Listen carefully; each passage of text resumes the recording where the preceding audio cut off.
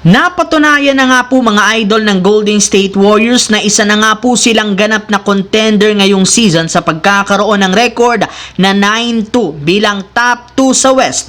Ilang mga malalakas na kupunan na rin naman ang kanilang tinalo kagaya ng Dallas Mavericks, OKC Thunder at maging ang defending champions na Boston Celtics. Inaasahan na sa ipinapakita nilang performance ngayon magsusunod-sunod pa ang kanilang pagkapanalo. Ngunit kasabay nga po ng napakagagandang nangyayari ngayon sa team, meron rin naman nga silang hinarap na bad news matapos kumpirmahin na nagtamo nga po ng injury si DeAnthony Melton sa kanyang kaliwang tuhod. Bakit? Out ito indefinitely. Sa ngayon, sasailalim nga siya sa ilang mga pagsusuri upang malaman kung sasailalim pa ba sa operasyon o hindi na. Kaya napakalaking panghihinayang nga ito sa Warriors dahil maganda rin naman ang kombinasyon nito kay Stephen Curry sa huling mga laro nila. Bago yan, ang video ng ito ay hatid sa inyo ng 1xBet. Suportahan at manalo sa inyong paboritong kupunan sa NBA, PBA, MPBL at iba pang sporting events.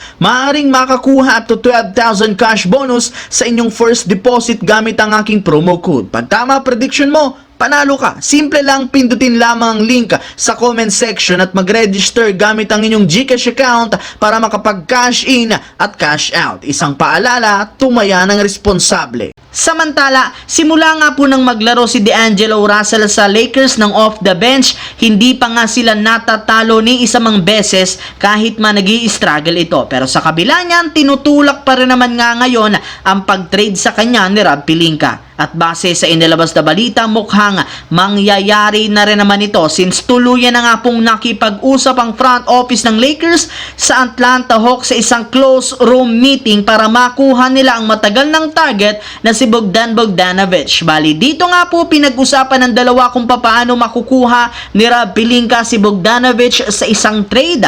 Sa ngayon, initial offer ng Lakers sa Hawks binubuo ni na D'Angelo Russell, Gabe Vincent, Jalen Hood-Schifino at 2 second round pick. Pero ayon sa isang source, hinihintay pa rin naman nga po ni Rob Pelinka ang magiging sagot ng Hawks sa kanilang trade offer kung tatanggapin nila ito o hindi. Siyempre, ang karagdagang player kung sakaling mag-request ang front office ng Atlanta at draft pick bilang kapalit ni Bogdanovic sa kanilang gagawin pang negosasyon.